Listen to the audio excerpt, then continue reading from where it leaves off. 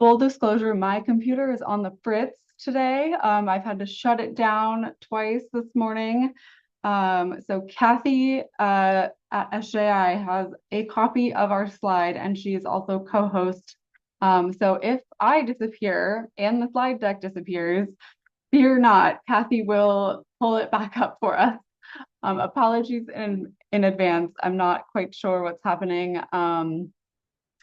But it is what it is. So we have a backup plan. The project team have also been made co-hosts, but just in case that happens, please don't hop off. Just give us a second to pull the slide deck back up. Welcome, everyone. We are here to talk about our SNAP E&T funding, alignment, and budgeting. So all about funding, allowable costs, all the stuff that I know you're really excited to get into the nitty-gritty about. That's everyone's, favorite question to ask. Like, well, what does my reimbursement look like? What things are allowable under this project? So if you were to become an E&T provider, our good friend Kathy Metcalf from SJI is going to walk us through that. Here's our agenda for the day. We're going to do a little recap of our last training for folks who may have not been able to join. It's also recorded and posted on our landing page. And welcome any of our fiscal folks who have not joined any of our E&T trainings. We are so happy to see you. If you want to drop into the chat and just say hello from which organization you're from, if you don't typically join these calls, we'd love to just see who's in the room, say hello, welcome you. We're a friendly bunch, I promise. We're going to walk through sort of what types of SNAP employment and training funds are out there. What do we mean by non-federal funds? How do you start to assess for your potential reimbursement? Where do you start? What things are allowable? What things might not be? And walk through some best practices. We have some resources to share with you. And then we will also talk about what's up next. So before we jump into all things fiscal and budget, I'm going to turn it over to Tyree to give us a recap on capacity. So staff capacity to run a federal award or specifically a SNAP E&T program. So I just have 2 slides, quick run through. Take it away, Tyree. Hello, everybody, and congratulations for making it here the day before a holiday.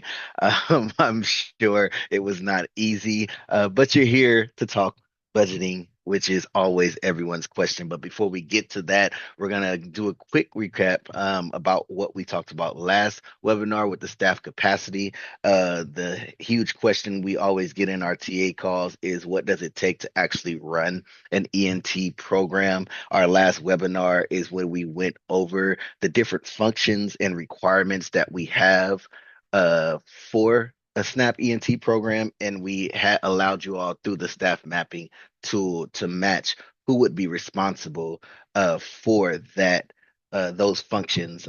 Again, the goal was to find out who is doing those functions already in some capacity so that we wouldn't be adding anything brand new, and then noting in from the staff mapping tool if any adjustment needs to be made. I think building capacity is a huge thing because if we can't do the functions of a SNAP E&T program, whether we're approved or not, we can't get those reimbursements.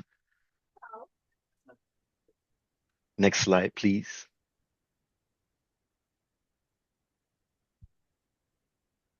Awesome. So the different tasks that we were talking about are listed here with the program entry, service delivery, budget, and physical program oversight. I really suggest if you have not watched this webinar and have not done the staff mapping tool that you get that done before you get to budgeting, because it will help a lot when you come to tasking what staff salaries are eligible to be covered and what additional things are actually required. If you have not worked with your staff, on your staff mapping tool, please reach out to your TA team. If you have, just review it. And I'll pass it back over to, actually, I'll pass it to SJI. Oh, I love this picture. Good morning, Welcome, everybody. Kathy. or afternoon, depending on where you are. Yes. Um, my name's Kathy Metcalf, and I'm the Senior Managing Consultant with SJI. And I will be taking you through our funding and budget topic today. So hang on, and please feel free to ask questions as we go through. There'll be a couple of breaks where we'll stop and give you a chance to ask questions. And just be forewarned that occasionally there is a lot of information on the slides, and so don't be afraid to throw your questions in chat, and also have your questions ready for your next TA session to have a chance to ask a second time. Okay. We also have a special guest, Zeus, joining Yeah. us today. Kathy's cat. Kathy's cat. Yes. So let's go back to our alignment diagram that we've been working with. As you can see, we're at our last spot. We have worked on participants. We have worked on our services. We did capacity last month, and here we are at funds. So we are finally putting all of our pieces together, and the last big one to deal with is funding.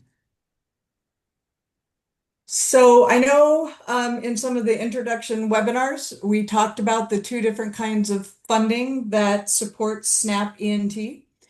There are the 100% funds, which come to the state based on a formula that is used to implement and operate the SNAP E&T program at the state level.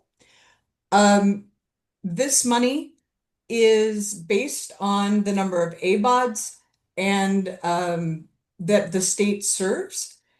It is not reimbursable. It is money that comes directly to the states. Every state gets a minimum amount, and the money can go up from there. But as you see, it's in 2022, it was only $104 million. So the amount of money that can go to the individual states is not great.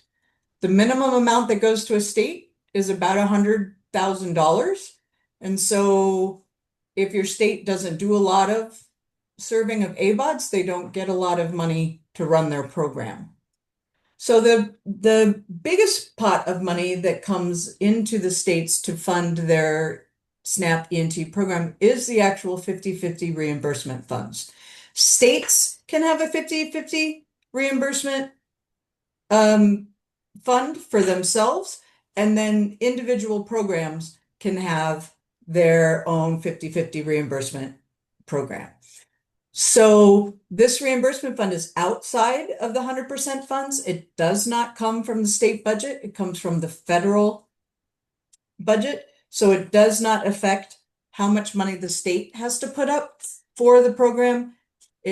Because it's all funded directly from the individual programs that are seeking reimbursement. This money, if the state wants to fund supportive services for volunteer participants, people that are not ABODs, they have to have their own 50/50 funds. The 50% reimbursement will reimburse you for your non-federal funds that you spend on SNAP recipients. So this is the pot of money that you'll be applying for when you seek reimbursement from your SNAP E&T third-party provider budget. So if you can see there's a big difference. In 2022, there was $550 million that was provided through SNAP E&T funding, 225 of local non-federal investments, and 225 of reimbursement. So 104 from 100% funding and 225 million in reimbursement. So almost double the amount in reimbursement, well, more than double of the amount in reimbursement through the 50/50 program than was put up for the 100% funds. Next slide. So how do the funds get to you? Well, you have to put 100% of the funds up front. So if you put in 100% of non-federal funds, like your social enterprise revenue, you invoice the SNAP agency for $1,000. you receive up to a 50% reimbursement. Okay. You get $500 back. If you reinvest that $500 into the SNAP E&T program, you'll get reimbursed another $250. If you put that 250 back in, you'd get another 125 back. You put that 125 back, you get half of that, which is $67.50. And you can put that back in, and it keeps getting reimbursed to the point that that original $1,000 will come back to you over time if you keep reinvesting that money back into the program. You don't have to reinvest it back in, but you can see it makes a difference. If you keep reinvesting your reimbursement, your money comes back eventually to make you whole over time. The key is that you have to lay that original money up front. Remember, it's a reimbursement program. And the example I always like to use is it's like you go to Costco, you buy 2 boxes of diapers, you mail in your receipt and copies of the QR codes, and you get a coupon back for another box of diapers. If you didn't buy the first 2, you wouldn't get the coupon for the third. So you think about it as you're paying for 2 people to get trained, and you get the money back to pay for a third. So you have to have all the money up front before you can get reimbursed for half of it. It's a rewards program. You're spending the money already. So this is what the federal government is going to do to help you continue to support your program. Next slide. I'm going to pause. Does anyone have any questions here? This can be a little tricky to understand.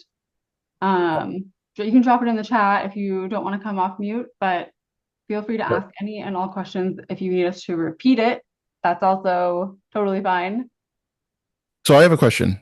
Yeah. So how do they measure their reinvestment? Like, what's the mechanism by which they can tell that the money has been invested in this program effort versus something else? And to add another layer to that, if we have a mixed population, so we may have some folks that are going to be CalFresh here in California is our E&T program. They're going to be eligible for that, but then we might have 50% of our participants that aren't.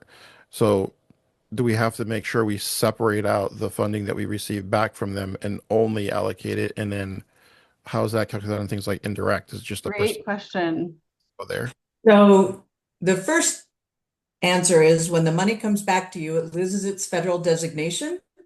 So you don't have to track it any different than any of your other non-federal funding. It just becomes non-federal. So you're putting it back in as a non-federal source of funds.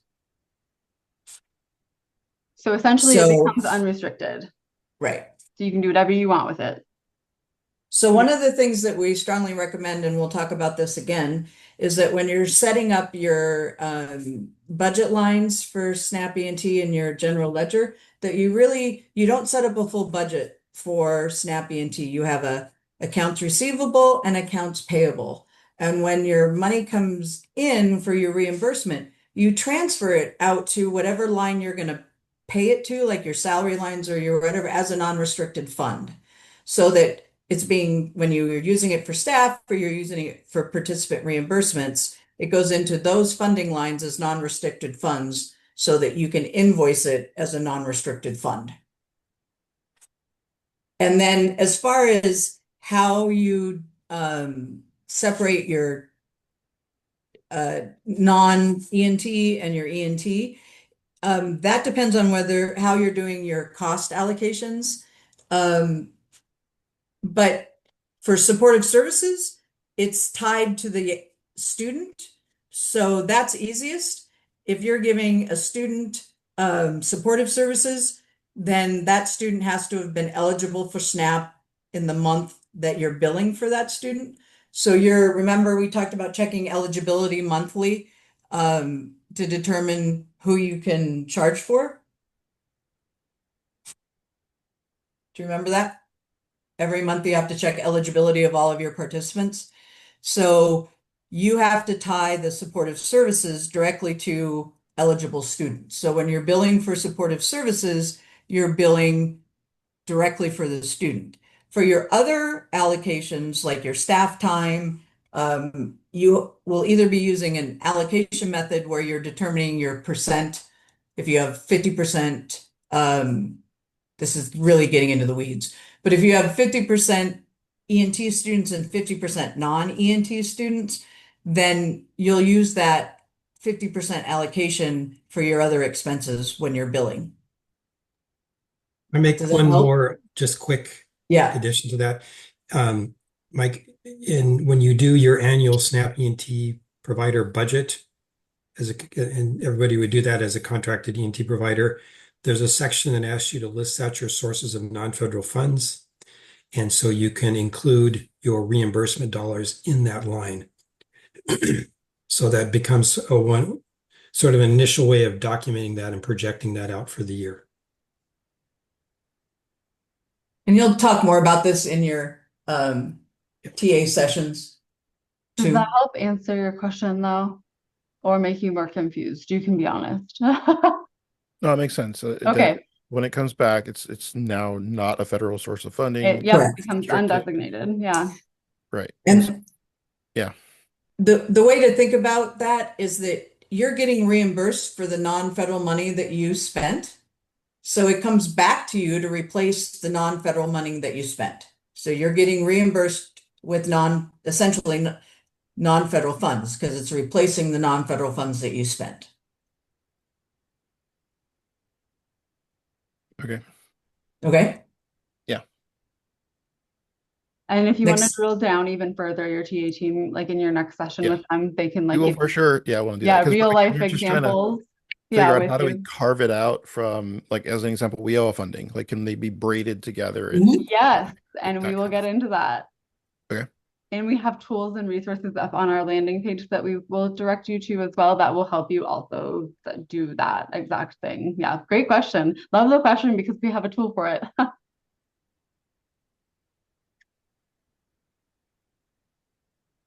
Okay, so what are the non-federal funds that you can use? So any state, county, or city funds can be used. Private donations, foundation grants, any of your social enterprise business revenue can be used. There is one federal pot of money that can be used, and it's the Community Development Block Grant. So when you're looking at your budget, you want to find all of your non-federal funds when you're thinking about what funds can be used to put towards your E&T funding sources. The one caveat is that if you're using state, county, and city funds, you need to make sure they are not federal pass-through funds. Okay, so sometimes you're getting funds from the state that, yes, they're coming from the state, but they might be federal pass-through funds, so the money still came from the feds. You just need to make sure that the money that you're using are actual state allocations and not federal pass-through dollars. So anything that is private donation, personal donations, and all your business revenue is absolutely eligible for reimbursement.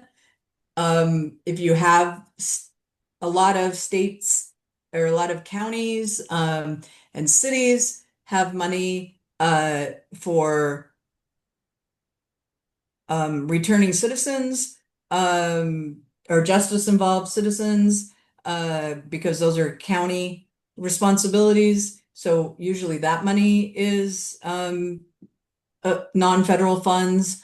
Like I said, anything that comes from your social enterprise that is earned can be used to funnel through your E&T program.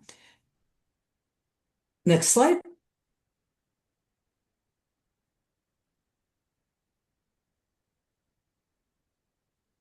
So, thinking about this, come off mute or put in chat, what are some of your funding sources that you currently have that you think would be able to be used for SNAP E&T?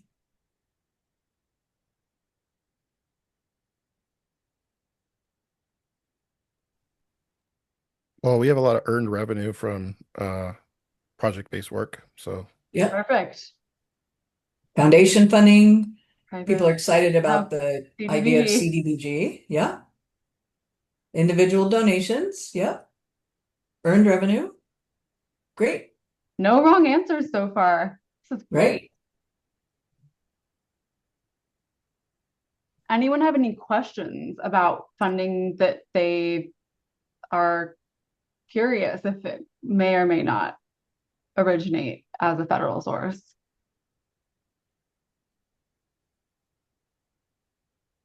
Your TA team can also take a look and help you decipher some of that too, if that comes up. this is a little speculative, but I've heard a rumor that the DOL is going to provide some block grants to the states for apprenticeship work. And how would we work backwards and figure out that, like, if that could be like a CBDCDBG That acronym. or otherwise carved out and not sort of contaminate the funding and become, something we have to count. Like, I guess I'm just, since it hasn't happened yet, I know it's very speculative, but like as soon as it happens, what would be the mechanism for us to check and see if that going to be exempted? If it's federal dollars, it won't be exempted. Okay. It wouldn't come through as a CDBG. Okay. Go ahead. Yeah, so I used to run programs and we would have to like braid and blend funds. But what you can do is you can braid and blend funds so long as you're not funding the same service in the same month, right? By both federal funding streams. So there are ways to do it. You have to have a savvy fiscal and accounting team that you're like best friends with, right? There are ways to do it so that you're maximizing funds, and Kathy's going to talk about this a little bit later. But just setting up internal guardrails so that you know like where to fund what with what funding stream first or second, or how there's multiple ways to set it up. So it is possible. You just want to make sure that you're not charging the same thing to both federal sources in the same month. That's where you get into the double dipping trouble. Mhm. Okay. Yeah.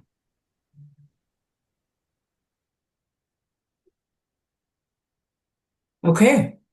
So when you're thinking about kind of getting a sense of what your potential reimbursement might be, you have to remember that you have to have enough non-federal funding because you'll never get reimbursed more than the amount of non-federal funding you have.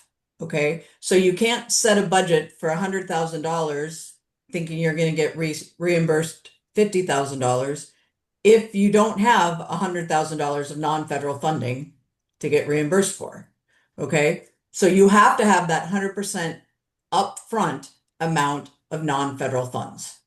Okay. If you can't show the state or your intermediary or whoever you're reporting to that you have enough non-federal money to match your budget, they're going to say you have to cut your budget. So just keep that in mind. And once you have enough non-federal revenue, that revenue has to be tied to SNAP E&T activities, your expenses and your services, and then connected to your eligible participants. So the right amount of non-federal funds attached to activities and services. And when we talk about expenses, it's things like running the program. It's, your fiscal people. It's your case management. It's not just the training. It's setting up the program. It's doing the data entry. It's all those pieces that run the program as well. Okay. So it's staffing to do everything when you were looking at your staff mapping. It's having the staff time paid to do all those activities that Tyree just reminded you of at the beginning of this webinar.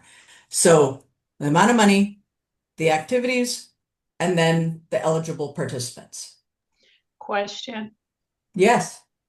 So is state funds considered intermingled with federal money? Okay, so when you say that, if the state is giving you funds that they got from the federal government, then that can't be reimbursed. But if it's like state funds that have been allocated from the legislature, so it's actual budget money from the state, that is reimbursable. Thank you.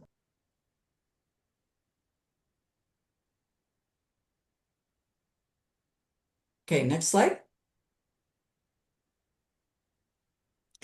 So this is what's really, really important. There is no upfront funding from the E&T program, and you need to remember that your organization is reimbursed only on eligible costs that are incurred. So when you put together your budget and you're submitting a budget to the state, it is your best guess.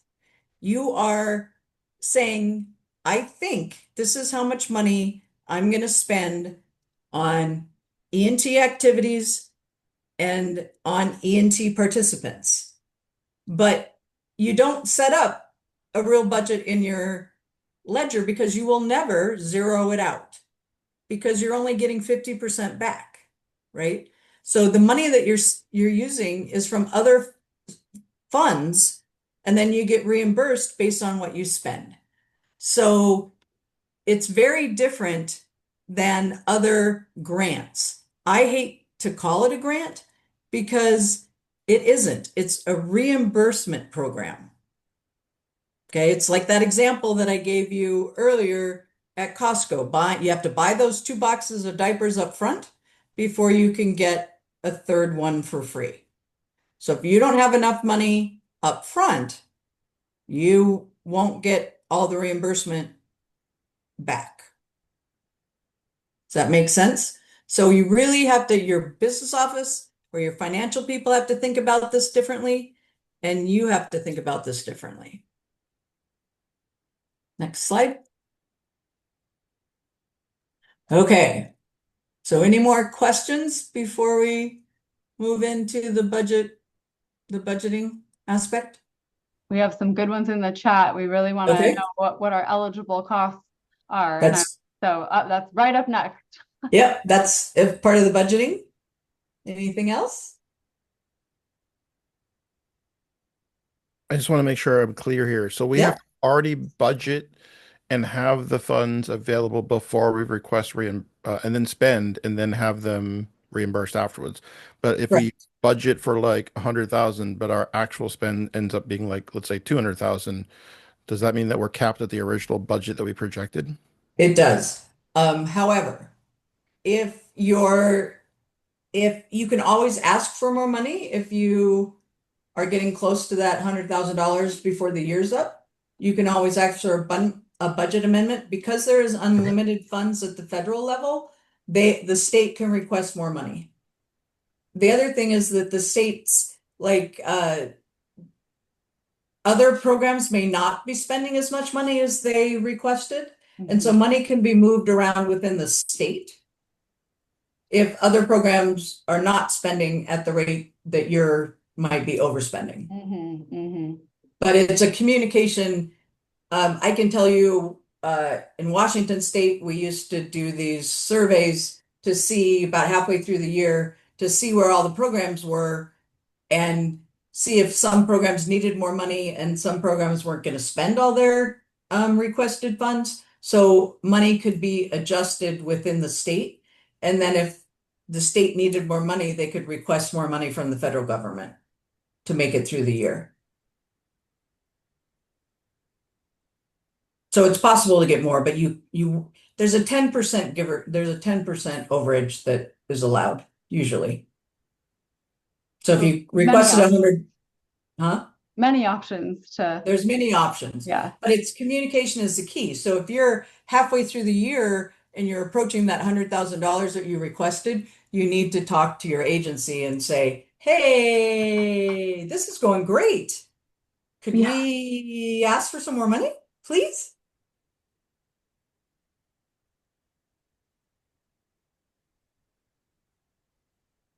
there's typically someone that's underspent, like another organization that's underspent, and can kind of be reallocated. That's pretty fairly common across the nation to do some type of, Especially in the first year program yeah, starting it, because you don't know what you don't know. yep, And it really is your best guess.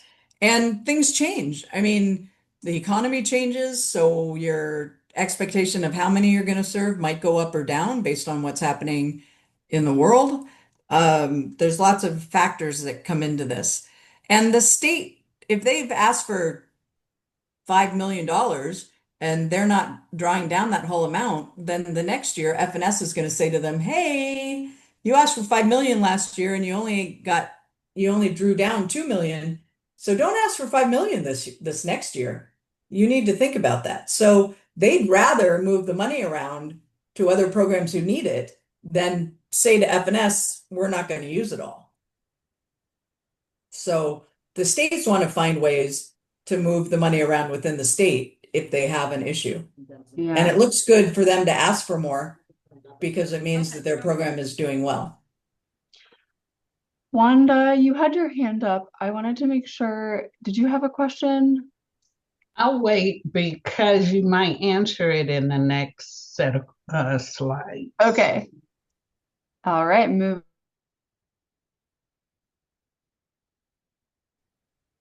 Okay. So when you're starting to think about your SNAP E&T budget, you really go through kind of this funneling process. So you have your organizational budget that deals with all of your funding sources and all of your programs. And then you kind of take the next step and you move down to your training budget, which is just looking at the revenue and expenses that are associated with serving your participants. So now you're looking at, your case management and your training programs and the staffing that's associated with, the data entry and the intake and assessment and the case management and all those things, right? So then you take that chunk of money and then now you're going to narrow that down to the potential E&T budget, which covers just the allowable SNAP E&T activities. So when you were looking at your service mapping tool, what are the services that fit within your overall training budget? So what components or activities have you picked out that you're going to be doing in your SNAP E&T plan? Okay, so you're going from your overall budget to your training budget and now to your potential SNAP E&T budget as you're funneling the money down. And then you take that potential SNAP E&T budget and look at the allowable, make sure your allowable revenue will match the expenses reflecting SNAP E&T to your non-SNAP E&T participant ratio and make sure it all matches up. So Robert's question about if we have some E&T students and some non-E&T students, you have to make sure that you don't charge 100% of your training costs to SNAP E&T if only 50% of your students are SNAP. Okay? So it's a funnel situation when you're putting your budget together.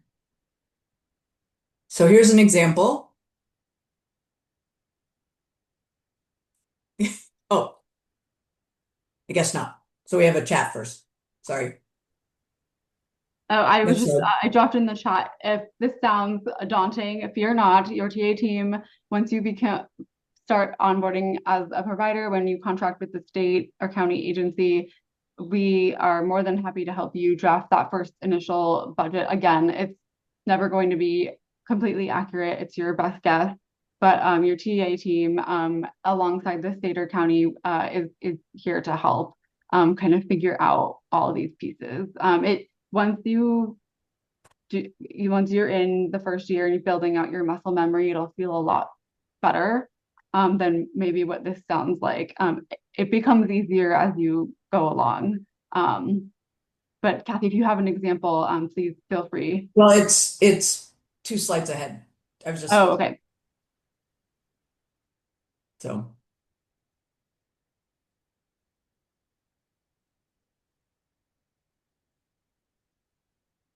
So if you want to take a moment, I know one of the things about E&T is that a lot of program managers don't necessarily deal a lot with budgets. But in this case, with E&T, you'll probably be more involved with budgets than you've had to be in the past. So just thinking about it, if you have to do budget, even at home, if you're doing budgeting, what are words that come to mind when you think about budgeting? And then have you had any experience doing budgeting yourselves if you're not a finance person?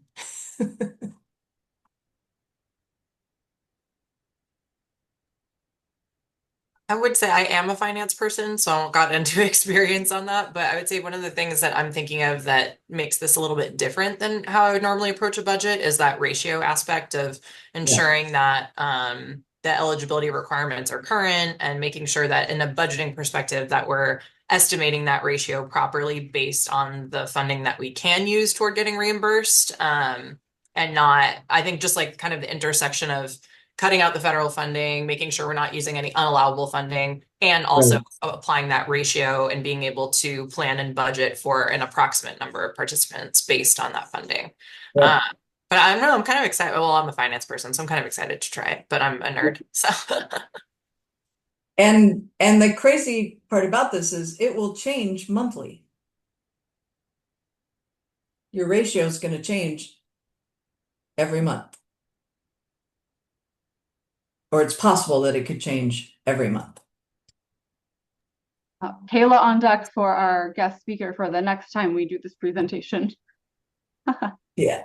oh, All God, right. I'm scared now. I'm just kidding. Don't be scared. All right, next slide. So this is kind of what we were talking about, when you're thinking about revenue streams for your SNAP E&T program. You might have federal funding, WIOA is a federal funding source. Then you have your private donations, some foundation grants, and your social enterprise revenue. So when you're doing that funnel thing, you would cross off your WIOA money because that can't count for your E&T budget. And then what's left is your non-federal funding sources that you can use as support for your SNAP E&T budget. It's a very simple example, but it shows you what we're talking about removing funds that wouldn't count for SNAP E&T. Okay, next slide. So here are kind of the answers to the question that was asked earlier. What are allowable costs, or some examples of allowable costs?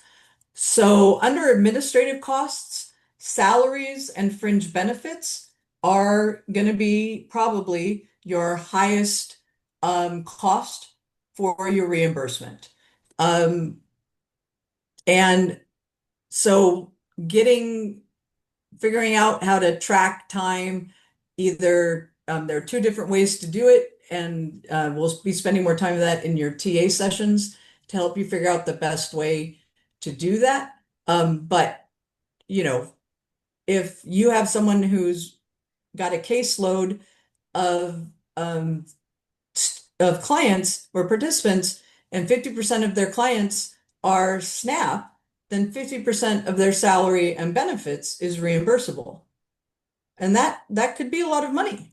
So, that's where your biggest reimbursement will come from. Then the administrative services, you can get reimbursed on a percentage basis for your building space if you're renting, the utilities that you're renting, insurance, equipment and supplies if you need to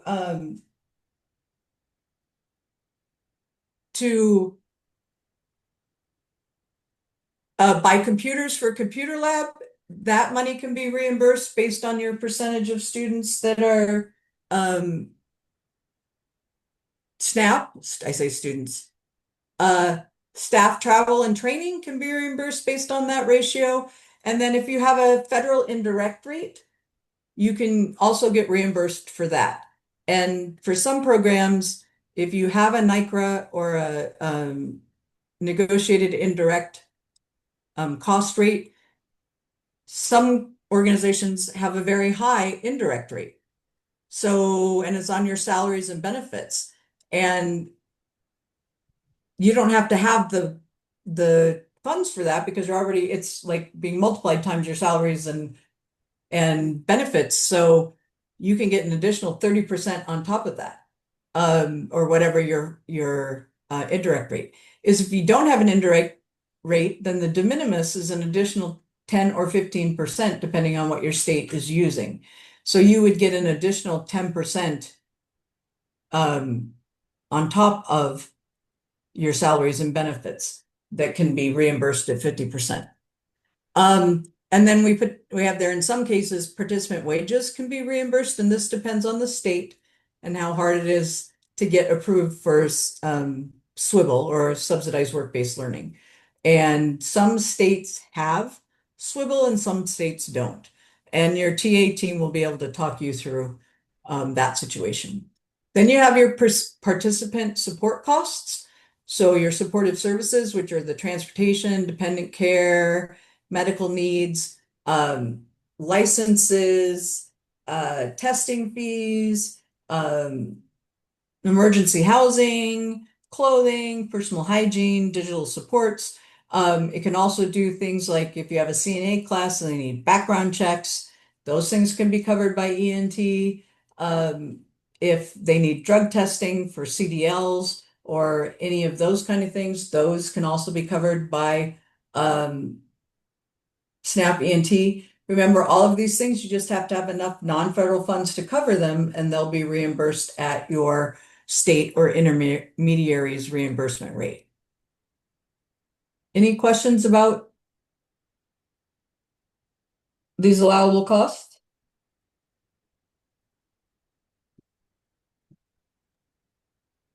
Any questions? What about this or that? Some of our favorite questions. How about this? How about that? I'm also always surprised. Like, actually, I have no idea. Let me look into it. Of all the years I've been doing this work. But any questions about things that might be your incurring costs at your orgs that are not on this list? Just one of the things that surprised me when I started doing this was dental work. If someone feels like, they're missing teeth and it's going to affect whether or not, they get a job, if you have the funds to do that and you have a justification for why getting someone's teeth fixed will make a difference in their ability to interview and succeed, then SNAP E&T will usually cover those costs to get implants or whatever they need to get their teeth fixed. Yeah, very state by state, but and we're not talking veneers. I wish. Right. But yes, absolutely. That is surprising to folks where that's allowable. Remember, it's what's reasonable and necessary to get to participate in the training, but also to get a job. And sometimes fixing their mouths makes a big difference in their confidence in being able to interview and their presentation.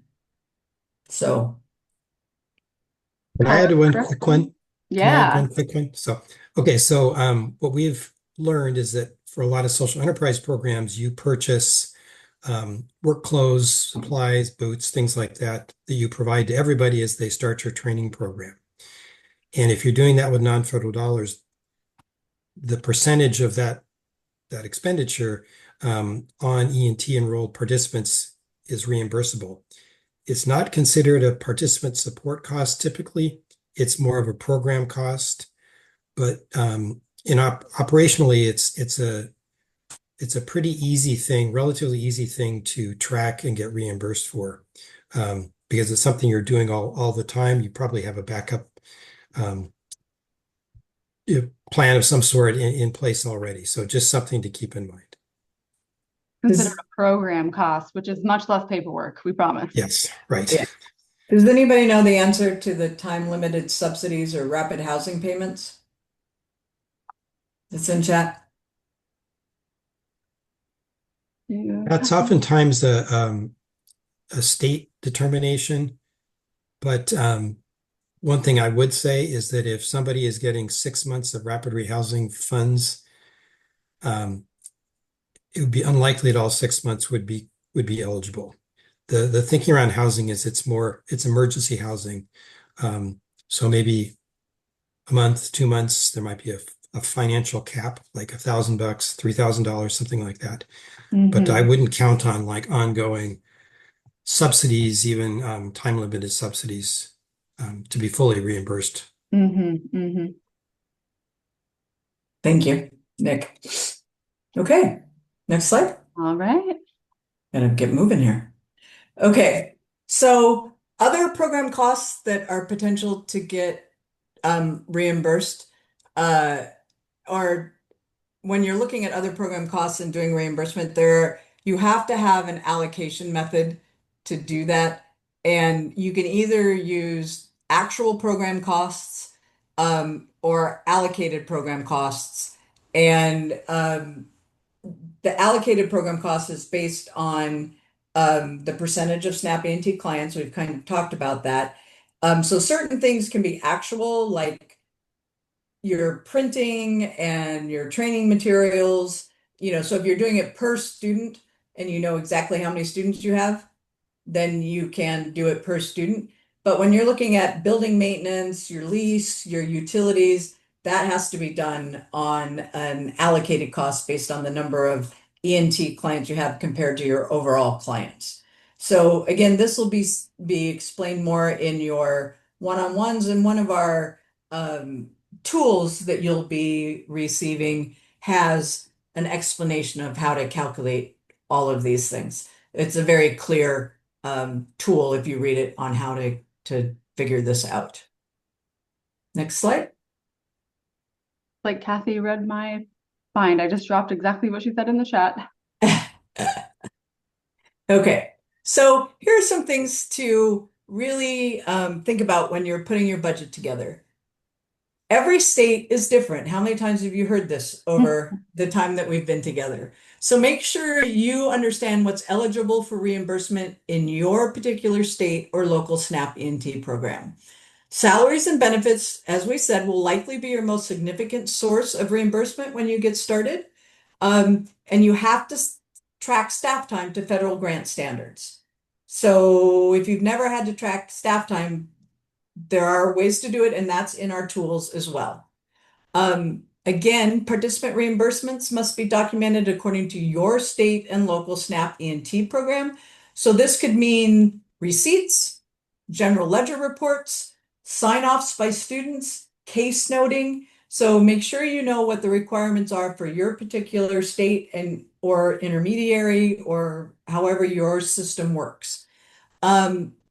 Reimbursed services must be in your plan or contract to be reimbursed. So for instance, if you have picked a particular set of components or activities, so if you say you're going to do vocational education and job retention, and then you start billing for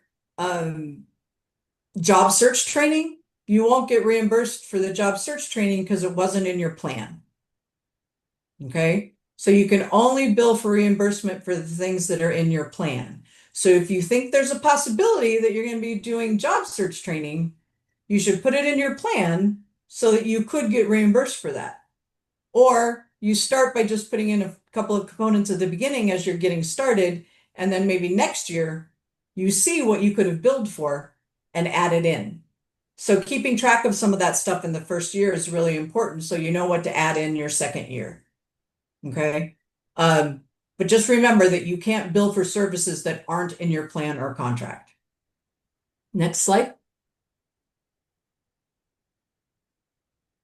So this came up earlier. You can braid funding with third-party providers. And in fact, it becomes really important that you probably want to do that.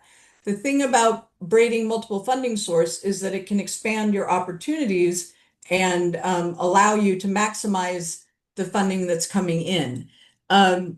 You can use both federal and non-federal funding to support positions and services. So if you have a case manager that's working with both SNAP, E&T, and non-SNAP clients, you could fund the position with both federal and non-federal funds.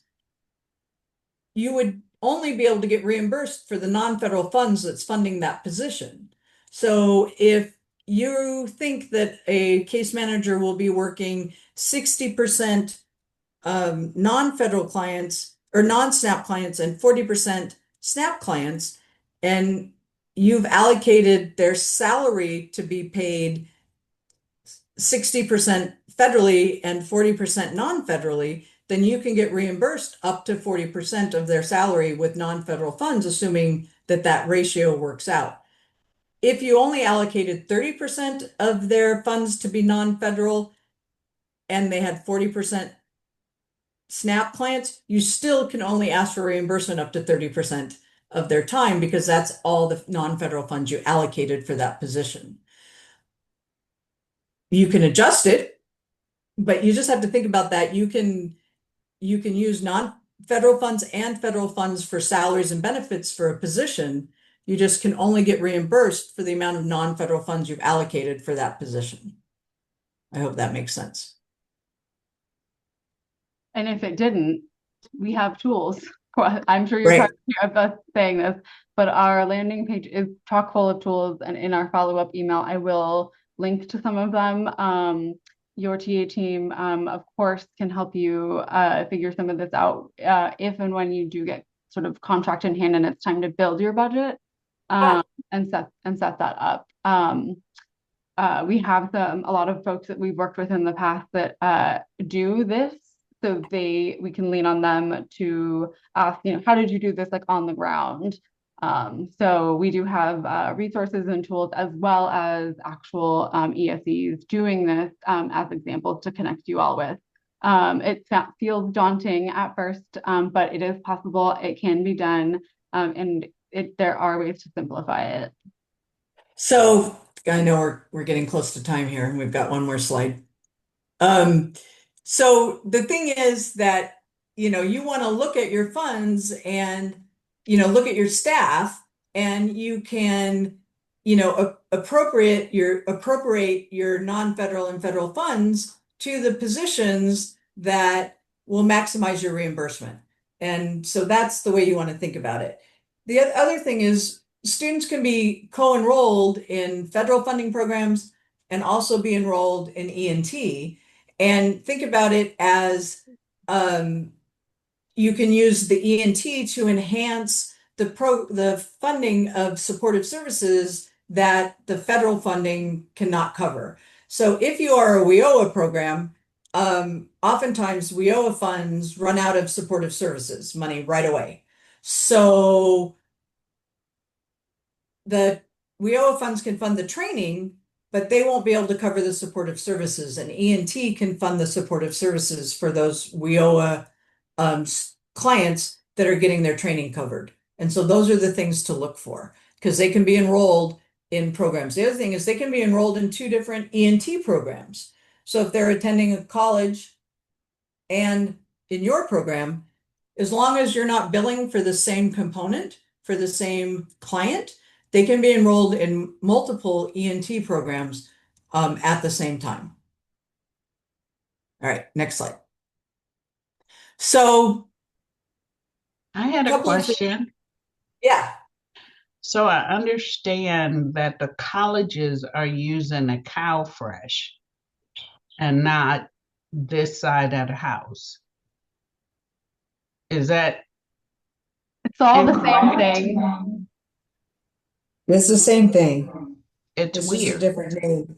because they contacted me and wanted me to be a part of their program as well. And then when I Popular. applied, they said to me that they only deal with colleges. So it was weird. Where are you, Wanda? San Diego. Okay, let's circle back on that Yeah. and get some clarity, because that might be a little confusing. Sometimes there can be two systems depending on the county. SNAP E&T, why would we make it simple? Why not? Like they all have different names across the country. In California, each county has a different version. So we'll get with your TA team to get some clarity so that you feel confident and understand what's going on. But I will make that note to relay that back to your TA team if they are not in fact on the call today. Yeah, I mentioned it to Tyree a while ago. Oh, Tyree. And they referred me to WIOA, to workforce. And I was like, huh? All right, Tyree's on the call and taking notes. I can see him diligently writing them down. So we'll circle back and get some clarity for you. Thank you. Yeah. Okay, quickly, support services are important for participant success. Make sure you budget appropriately for those supportive services. Don't forget to include your support staff in your budget because they're probably going to be doing a lot of E&T stuff. Maybe it's data entry, maybe it's helping with intake and assessment. So make sure you're thinking about those staff when you put your budget together. Add your indirect rates. If you don't have one, then use the de minimis that's allowed for your state. Remember that your initial budget is your best guess. You do not get penalized if you don't use or you don't draw down everything that you've requested. So don't feel like, if I say I want $100,000 and you don't draw down the whole amount, that's a problem. It's an estimate. Okay.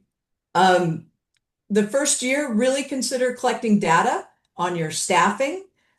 See who is doing more E&T work that you didn't put in your budget, or if you didn't allocate enough of an FTE for E&T, collect the data so that next year's budget is better. Don't be afraid to communicate with your state, county, or intermediary regarding your budget actuals. This came up earlier. If you're spent all your money in the first half of the year, ask for more. Or if you're way underspent, let them know. They're not going to be upset, but that money could be used by someone else in the state. And then every year, your budget's going to get better because you'll learn more and more about your program. And so you'll make a more and more accurate budget. And please remember that first year is hard and you need to set up all your processes right and take time to find the glitches and fix them before you expand. So it really is ideal to start small and grow. Sorry about that. So We she's are right. Oh, I know. we are right at time. So I just wanted to make sure I plug in our action items up on the screen. Continue working on your work plan, meet with your TA team, complete the staff and services mapping tools if you have not done so. Our next webinar is July 23rd, all about SNAP E&T and employer engagement. It's a very popular session. So please come one, come all. That's done by our good friends at Fair Start. And Red F Workshop is linked here for our landing page. We have tons of resources. I'll point to a few of them that we talked about today for all things fiscal. It can get really in the weeds very quickly. If you need to drop off, please feel free to do so. I want to also ask if there's any questions in the room now that I ran through our next steps very quickly.